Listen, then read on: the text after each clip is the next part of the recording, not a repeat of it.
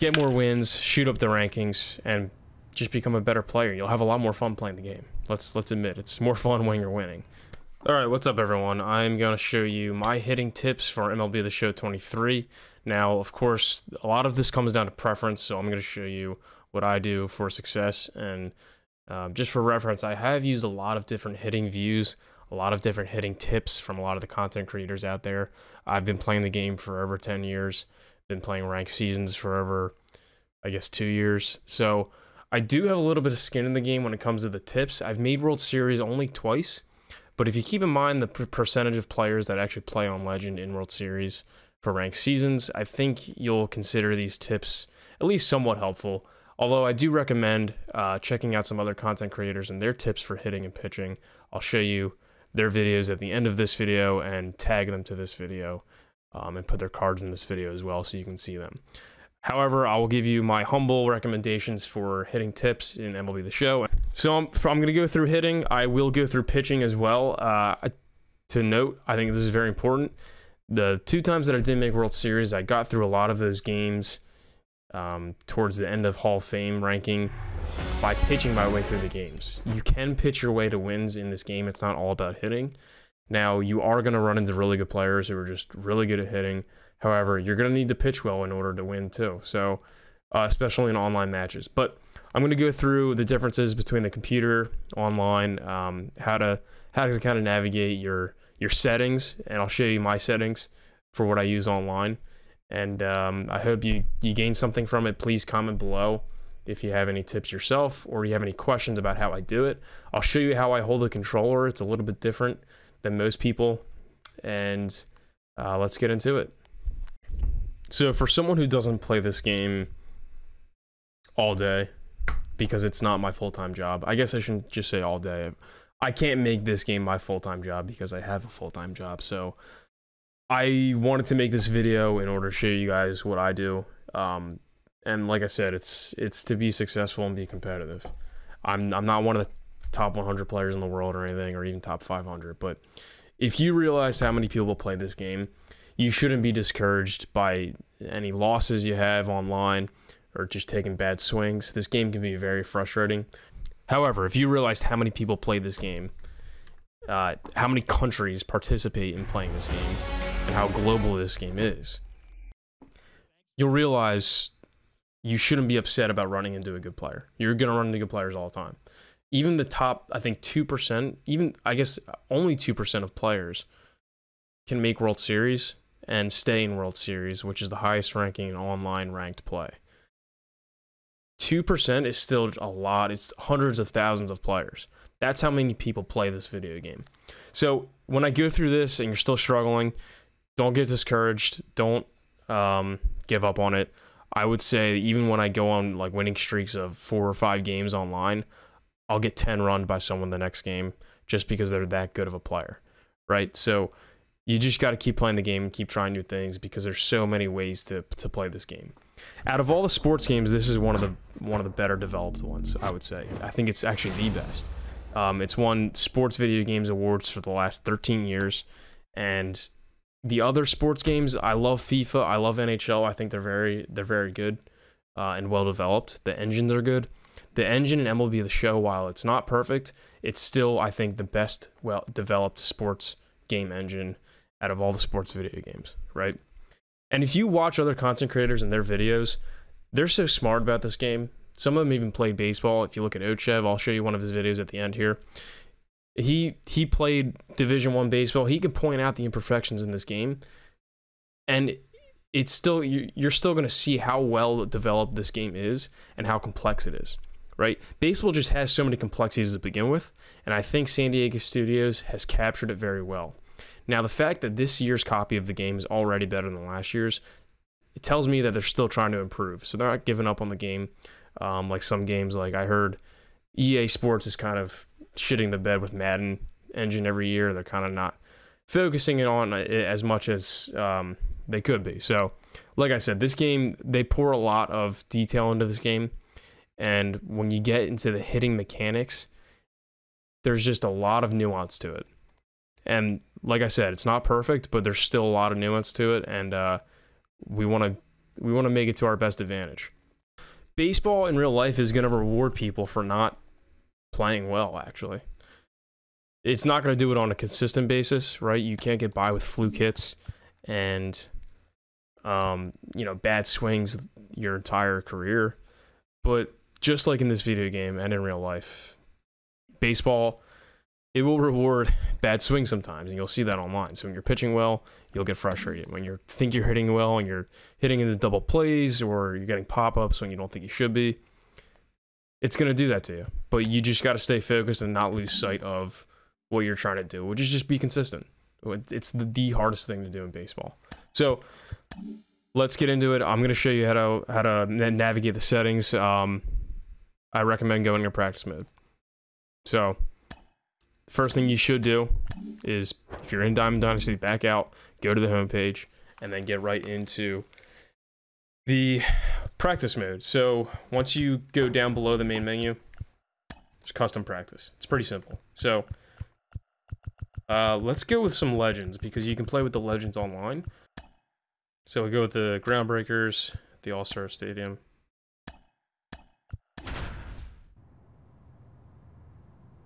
Every time you enter practice, it's just going to start you out with the pitcher on the mound. I will post a video on pitching, however, let's hop into the hitting settings. We'll hit start, gameplay. Just want to make sure all my settings are correct. So, practice type, we'll go to batting. Batter, this looks like Jackie Robinson. Let's go with Willie Mays against Aaron Nola. The cool thing about practice is you can change it up in as many ways as you want. You can do pitch locations. So if you want the pitcher to only pitch you in this high and in spot that you've been struggling with, you can just select that spot and he'll only throw it there. You can also select the pitch frequency. So you want him to throw more fastballs and then maybe a couple knuckle curves. You can edit the settings just like you see here on my screen. So a lot of times when I'm struggling with a pitch, I'll go into practice mode for maybe even just 10 minutes, right? A lot of time, I remember last year specifically, I was struggling against Billy Wagner's high and in fastball online. Players would use that pitch a lot, and it's really easy to see when it's coming sometimes. Sometimes you just know it's coming and you still can't hit it. So I would go into practice mode and do this pitch very specifically like you see it here. So I know I got a righty-on-righty matchup. What do I want to practice?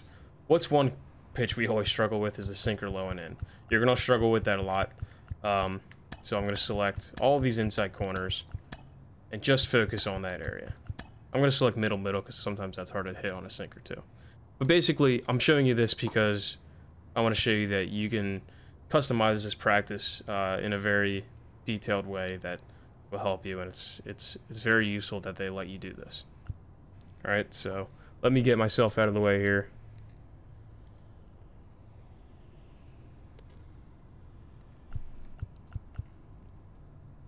Right, and then you can also do these presets on the side. So if I went all high, it'll select all the high pitches in the zone and out of the zone. You can also deselect some of these, but we're going to go with the selection I have here, which is all inside the zone, out of the zone, against the righty, but inside, and then middle. All right, and then I'm just going to hit start practice. So I'll show you the settings here. What you see on my screen, if you are new to this game, you know, a lot of you guys know that's a PCI. It's a plate coverage indicator. So I'm going to show you what my settings are. They're a little bit different than a lot of content creators will use the strike zone view. I really recommend practicing a bunch of different views. If not a bunch of different views, just one other view than the view that you're currently using. All right. So when I go to camera, let's start with the camera. I'm in catcher far. In the previous years, it used to be called MLB The Show 16. You see there, note previously called MLB The Show 16. So I'm going to switch out of this just to show you what most people use. A lot of them will use strike zone or they will use zoom. All right, so I'm going to start out with strike zone. This is going to show you basically a little self-explanatory here. It's the strike zone. It just shows you a little bit outside the strike zone, and it's basically a little bit further in. A lot of people say they like this because they can pick up the pitch better. It feels like you're actually standing in the box. You see what you would think you'd see. if you're playing the game. Of course, you can do offset camera as well, which will offset the camera from the center. I don't recommend that. But try this. See if this works for you. The only reason I don't use this is I've been using the other camera view for the entire time I've been playing the show, and I'm very comfortable with it. So go with what you're comfortable with. However, you can't really know until you try them. So try the different views in practice mode, and then try it in the game too. Don't worry about what your record's going to be. Don't worry about losing the game. Just try the strike zone view, try the zoom view, and try any other view online and get that experience. Once you get used to it, you won't be so nervous playing it, and you won't be fidgety. You'll just know what it looks like, and you'll know how it feels too. So let me get into the plate coverage indicator. In my settings, when I hit R1, you scroll up from the bottom. So you can either turn it off, which I did this for a while. Sometimes when I'm struggling, I turn it off just to get back to focusing on the ball coming out of the pitcher's hand. That's always what you want to focus on, whether you have the PCI on or off. I like to use the bat, which they just introduced to the game this year. The PCI has 3 different layers. And I shouldn't say layers because they all show. But they have 3 different spots. And 3 different areas they cover. So when you'll see it, you'll see the shape of a bat, and then you'll see these 2 parentheses kind of around the bat in the middle there with that blue color, right? That basically just shows you where my bat's going to end up when I swing. Okay. So in my settings, I have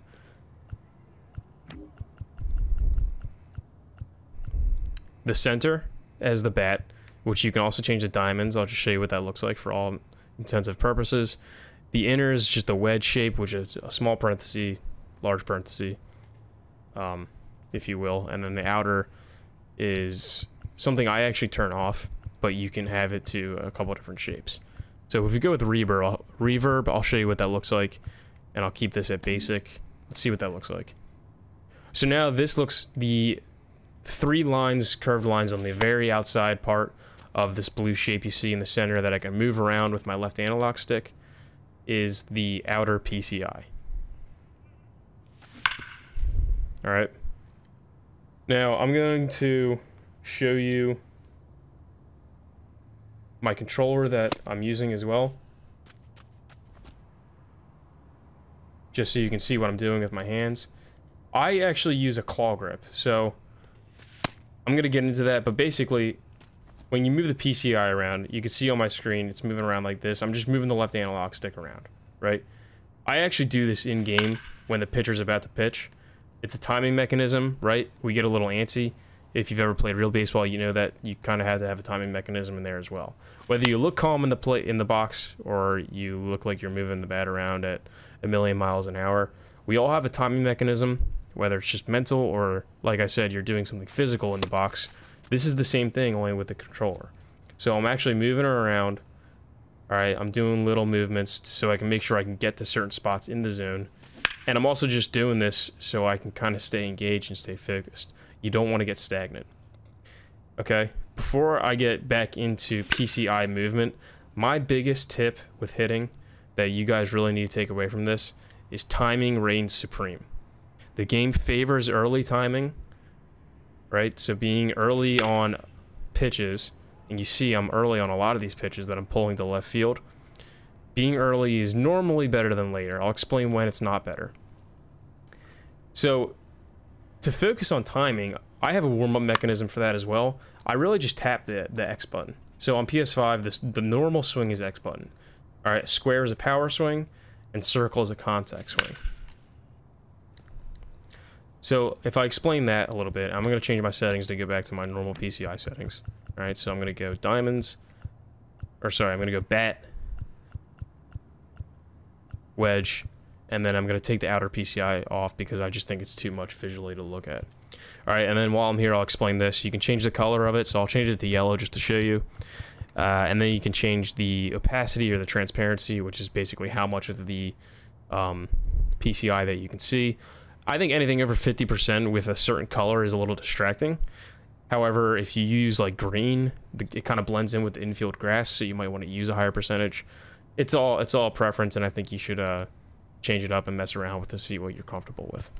And then PCI fade out. This will basically turn the PCI off once the pitch is coming in, if you have it on.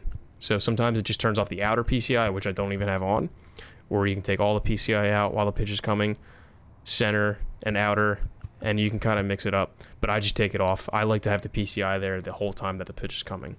Sometimes I do get distracted by the PCI, and like I said, I'll take it off altogether just to get back on track.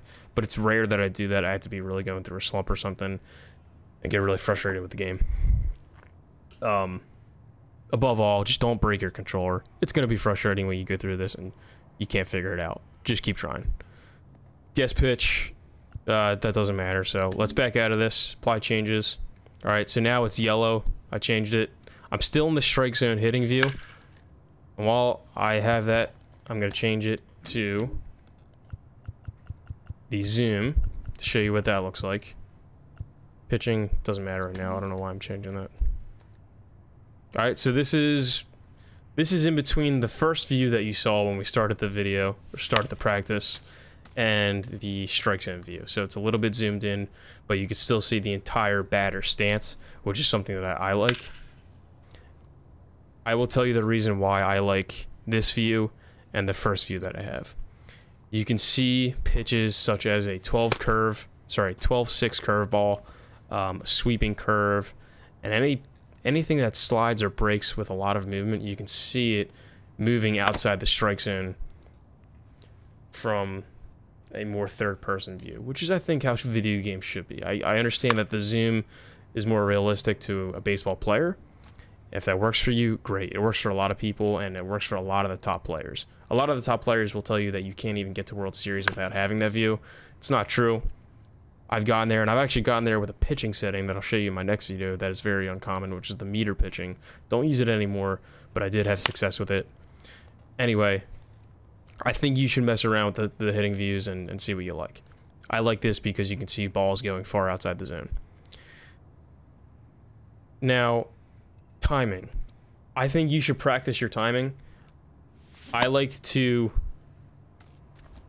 warm up for a game in the first 2 or 3 innings that I just fired up my PS5 and I'm trying to start a game and get into it. And, you know, I want to win the game. I don't want to just play a game just to warm up. I want to win the first game that I enter into. But I still have to warm up too. So sometimes a lot of people go into practice mode. I don't always have time for that. I just want to get on and play a game and then do some other activities. So I actually, before the pitch is being thrown, I will press the normal swing button to literally warm up the muscles and get the blood flowing in my thumb and my hand. So I will practice what it feels like to swing. You may think this will give you a swing happy trigger and kind of be, you know, like trigger happy with the button, but I find it to help with that, actually. I find it to curb my need to swing at every single pitch. Because I know what it feels like to swing. And yes, I want to hit the ball, but taking pitches is just as important as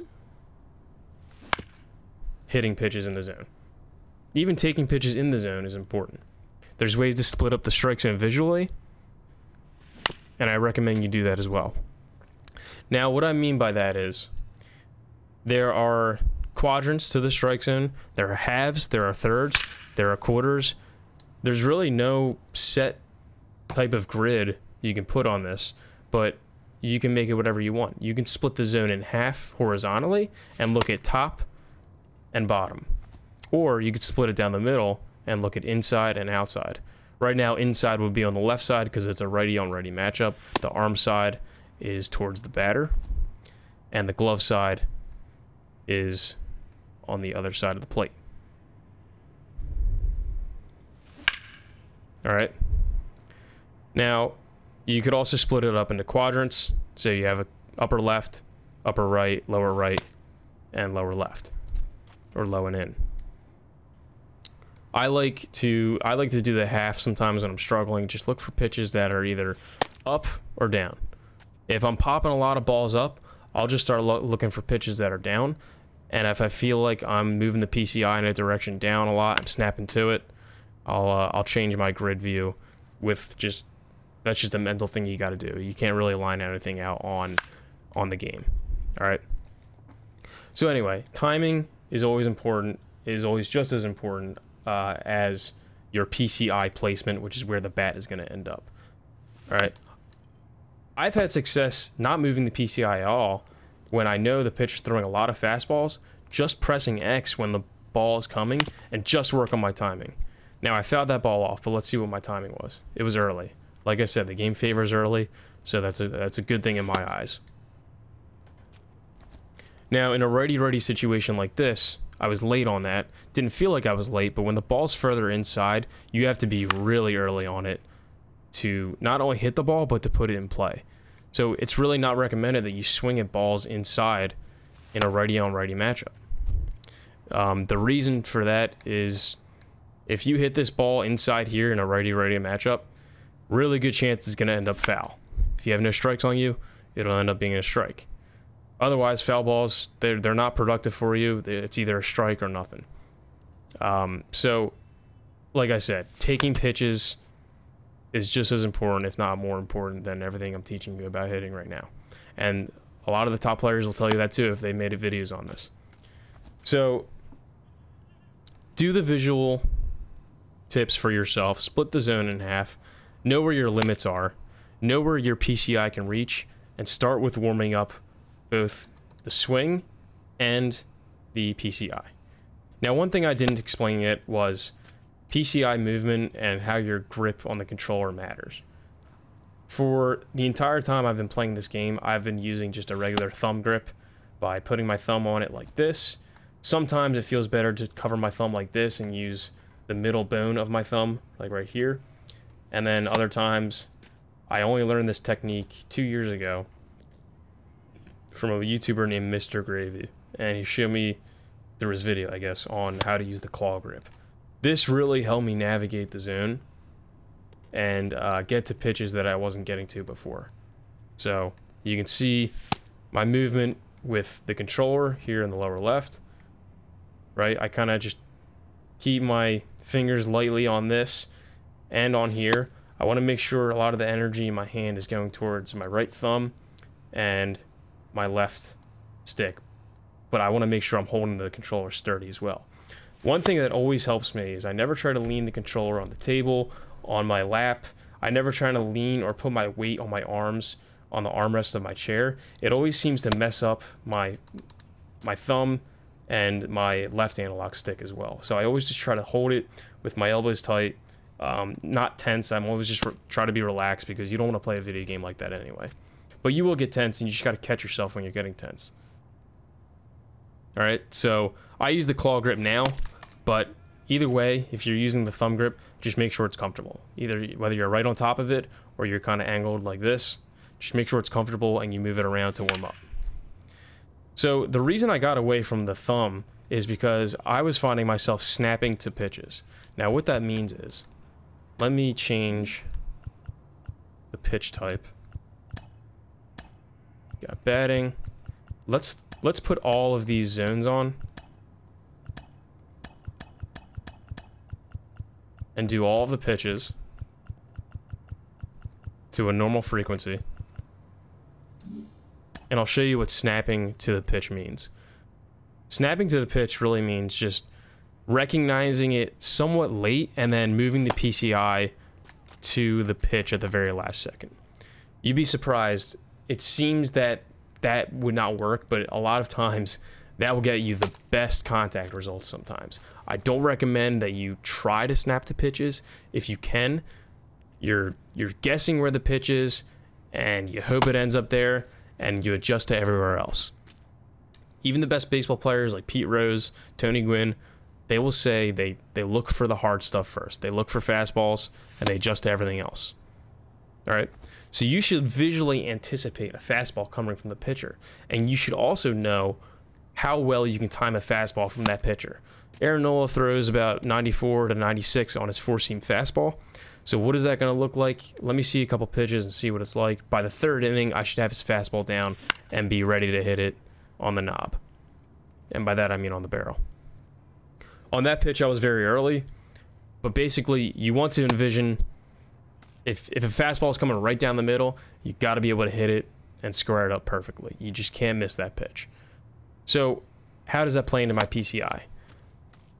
I'm going to barely move my PCI when I know a fastball's coming. Even if I don't, if I just want to assume a fastball's coming, I'm moving like this. All right, and then I'm going out from there. So I'm staying tight and going out from there. Right, that might have been right at the first baseman, but I got good contact on the feedback and good timing. So there's the contact box, or sorry, the feedback box in the lower left part of the screen. Now that was a really good line drive right there. That's probably a single. So I like to start out with tiny movements in the middle. Well, actually, I shouldn't say start out like that. All right, that pitch was almost down the middle. A lot of times, you'll snap down to the bottom.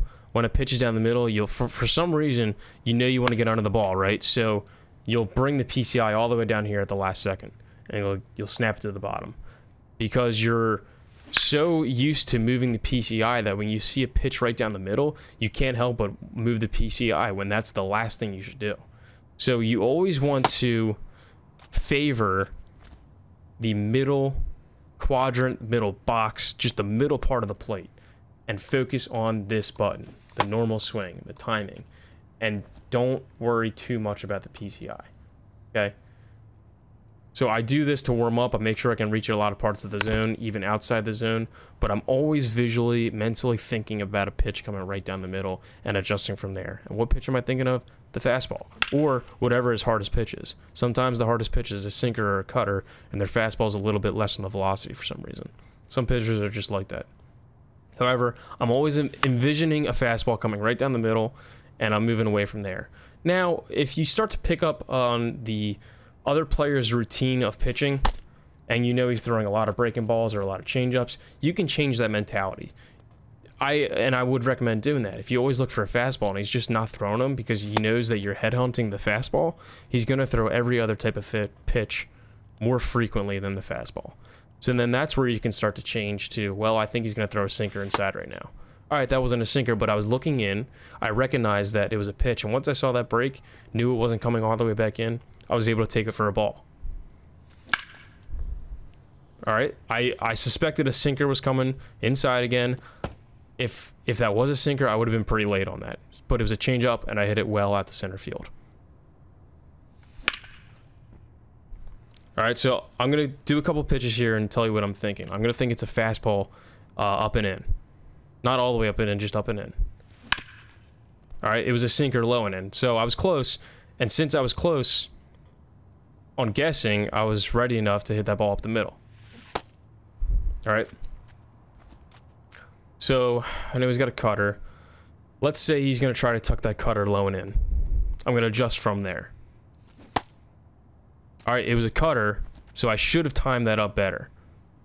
I was too early on it. I should have timed that up better, but I did know it was a cutter. Guessing the pitch isn't really a skill. It's just a guess. But once you play online and you see other players and their tendencies, you might get better at guessing pitches. It's harder against a computer, believe it or not. Now, another thing I should mention.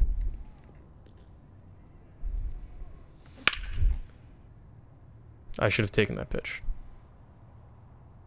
Even if it goes out, yeah, it doesn't matter. I still should have taken that pitch. All right. So, I'm on Hall of Fame. I do recommend going to at least Hall of Fame or Legend. It's going to be difficult if you haven't played the game in a while, but these are the top two difficulties. If you practice on this, you'll play better on Hall of Fame. Or well, yeah, if you do Legend, you'll play better on all the other difficulties, including All-Star. I recommend setting the bar high in practice and putting the difficulty up as high as a little bit higher than your comfort level, and then going from there. All right, I'm going to change my hitting view from zoom back to catcher far. All right, and then I want to mention one more thing. if you click the analog stick on the left, you can anchor your PCI to a part of the zone. There's two ways to anchor, and this has to do with your settings. So PCI anchor dots, I'm going to turn them on, but the only way they can be on is if I have the PCI anchor to preset. Alright, so this will show you a grid. Let's get Lou Gehrig up at the plate. We'll show you what a lefty looks like. For some reason the grid's... Oh, there it is. So the grid on the PCI anchor. I'm going to click the left analog stick and show you that you can anchor the PCI to sort of stay at a certain spot in the zone. This is helpful when there's a really fast pitcher on the mound or someone with really high velocity or an outlier. If you don't know what that is, it's basically a pitch that can exceed the velocity of the typical pitchers in the game. I shouldn't have swung at that, but anyway, if I anchor up and in because I'm afraid that he's going to pitch it there and I'm kind of slow to that spot, I can click, move up here, click in, and then it'll anchor the PCI there. If I click, it'll anchor back to the middle, left, low and away. And then you can also free anchor it. I like to do this now. I do use it sometimes. I don't use it often. Like I said, I use it in particular situations where I just think it would help. It's kind of like, I don't know, it's kind of like just going for... Okay, hold on. Forget what I was going to say. Anchor, reset, we gotta go free. So if I go free, I can actually put it anywhere. Even as far as that. Wow, it actually, the pitch almost went right there. All the way up here in the corner. Now, it doesn't seem like you can put it all the way outside the zone, but you can put it to a lot of different places in the zone, outside those 9 dots that I showed you just moments ago. Alright, so lefty, now opposite arm to a different pitcher. It's a little bit different. This is what I was talking about earlier, the physics of the game and how well developed this game. I think this game is. It shows when you see opposite arm and opposite arm to batter. So I got a righty pitcher versus a lefty batter. Hitting inside pitches, you can get away with like being late on them and still putting the ball in play to the other side of the field. So if I'm late on an inside pitch, now I don't want to tell you that being late on a pitch is ever really good, but it's more forgiving against opposite arm pitchers, and I'll try my best to prove it in practice. But I'll have all the pitches on. We'll go all of the inside spots, and I'm gonna try to purposely be late on it. I don't know if I'm gonna succeed because that's just hard to do, but I won't try to be early. Wait. Anyway, opposite arm pitching is usually more forgiving. Now that one, hitting, pitches low and in, late, you can fluke it out to left field. High and in, late, fluke it out to left field, even center field. Basically, you can get a lot of fluke hits even if you're late. So that's why people get a switch hitter. That's why switch hitters are so valuable. It's mainly for the vision aspect of it. They feel like they can see the ball better. A lot of batters are actually better against same-sided pitching. But anyway, it seems like the game is more forgiving to be late on a pitch with an opposite arm than with the same side arm.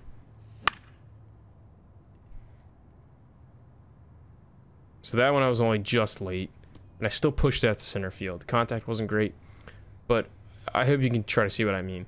If I'm late on an inside pitch with the same sided pitcher, I'm either popping up to the catcher or hitting that thing right in the dirt, hitting it back to the pitcher, or I'm just missing it.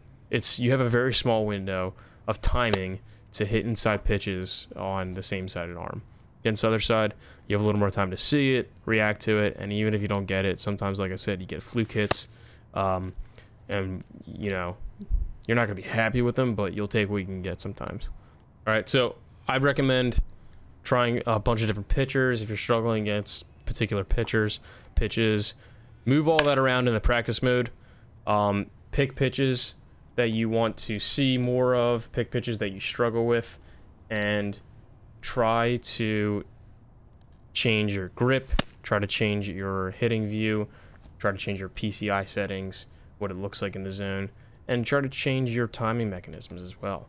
I used to do, sometimes I used to not move the PCI around at all, and it would actually help. I would just sit here with it like this, but I would have my thumb ready and kind of like an up and down movement. I would kind of like just tap around the analog stick, but not actually move it and move the PCI. So before I would do this, and then sometimes when I'm in a slump, I'll just leave it there and just kind of go from the center, right? And then just snap to it. You don't want to get in the habit of snapping because it can become a really bad habit. However, if you're struggling to hit and you feel like you need to try something new, you can try that as well. Just kind of being ready to move it, but not doing the pre-pitch ritual of moving the PCI around. All right, but like I said, the one thing that really never changes is your timing. You always got to be ready with this thumb. Just ready, ready, ready, ready. And also ready to hold. All right, so I was kind of ready to hold there, and I was just talking about it. But let me try to do a couple hits here to show you that these tips do pay off. I'm just trying to see what mood I'm in. I think I want to go with little tiny movements in the zone. So I'm just kind of moving around. I'm taking my thumb off the PCI a little bit. All right, so at least my timing's good. Little movements. I'm not gripping this left analog stick too hard. I'm just kind of like lightly moving around. Should have taken that pitch. Take pitches in practice too. It's really important to see balls. Damn it. Phrasing, and I just walked myself right into that one. But it is really important to, I don't know how else to say it. Just watch balls go out of the strike zone. Like physically watch it. Watch it all the way in. Don't just give up on it. Be like, oh, I know it's gonna be a ball, and then just turn your head away or just forget about it. Watch it all the way in. It really helps you with pitches like that, which like, if you watch that all the way in, you'll realize how much that ends up a strike and how often you need to look out for that pitch against good players. Good players in this game will use that pitch a lot. The sinker that comes back into the zone, it'll catch you looking if you're not ready for it. It'll jam you up if you're not ready for it. So look for that pitch, and like I said, watch it go out of the zone as well. I hate that high curveball. It's just so hard to hit and see. I should have crushed that one. See, that was right down the middle. I barely had to move my PCI, and it felt like I barely moved it, but at least I didn't snap all the way down here and pop it up or completely miss it. But like I said, you'd be surprised how many pitches just end up kind of in the middle of the zone, and all you have to do is just take your fingers off the PCI and just press, or just lightly move it a little bit and just have more of the energy in your hand literally on the swing button than you do in the PCI, because then you'll start jamming this, and you'll jam it to the corner, jam it outside the zone, and then you'll just start overcompensating and moving the PCI way too far out of the zone. So now I feel like doing big movements and then kind of small one when the pitches come. Like I said, as much as I talk about the PCI, just focus on the pitcher and the ball coming out of his hand. And you'll start ripping the ball like that when you put all of it together. Focus on the physical capabilities of your hand on the controller. And then always come back to the ball coming out of the pitcher's hand. I would rather have that result than me snapping the PCI too far or jamming it up and topping that one. Even though it's better to put the ball on the ground, you'll be so more frustrated with yourself for missing a pitch right down the middle than you will be about hitting a ball up in the zone down on the ground. Trust me. You want to be able to hit pitches that are right here in the zone. It's just what ball players are supposed to do. Right? So why would you look for anything else? You should be ready for anything else and anticipate it, but you should just hope that that pitch is coming right down the middle and adjust everywhere else and be ready to just watch that pitch and take it. One thing I always remind myself, just like in a court of law, you're innocent until proven guilty. In baseball, when you're the batter, you have to have the mentality, the pressure's all on the pitcher, and it's a ball before it's a strike.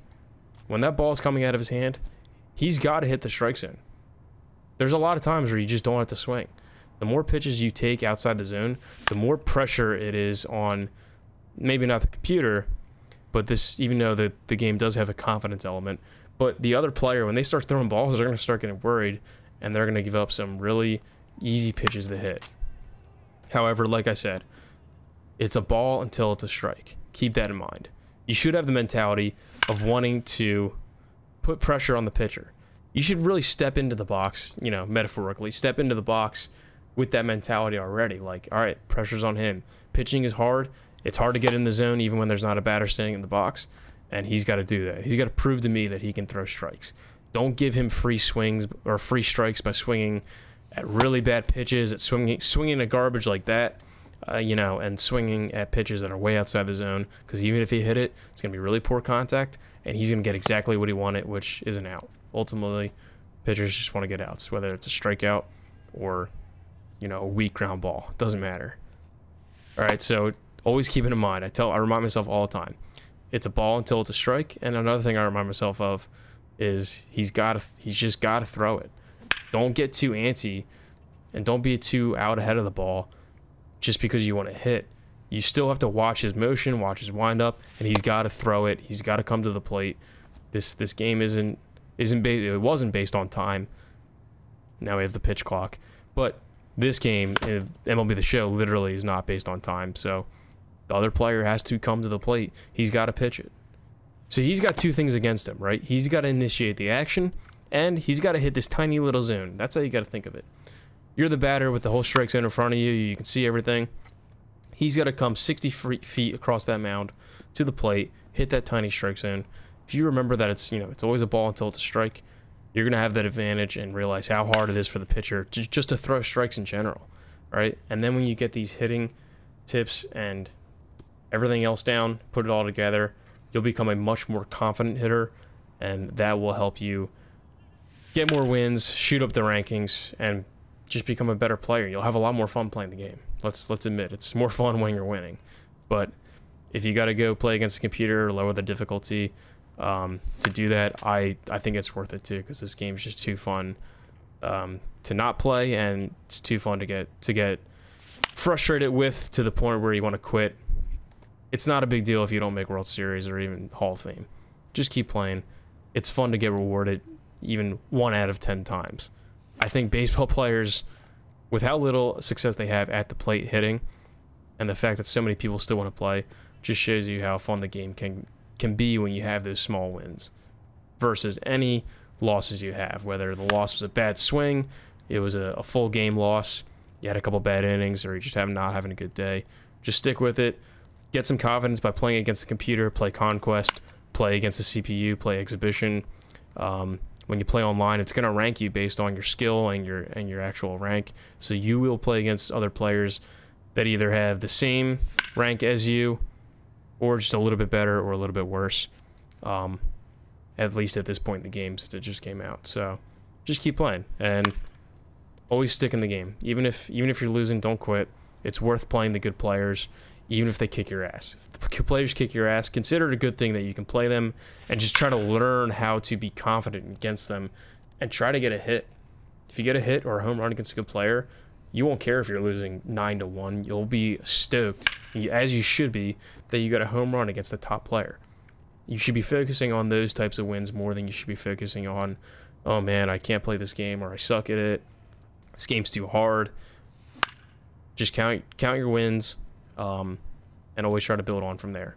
You will have ups and downs. It's almost unavoidable in baseball. It's not the old saying, like, as long as you're making progress and doing better than you were yesterday, you will have ups and downs, but when you get the ups and you really remember the ups, it's going to keep you coming back to the game, and I think you should focus on that. It's good. Anyway, those are my tips. I'm going to come out with a pitching video. I'll try to make that tomorrow. If not, just be on the lookout for it. And I hope you guys enjoyed this video.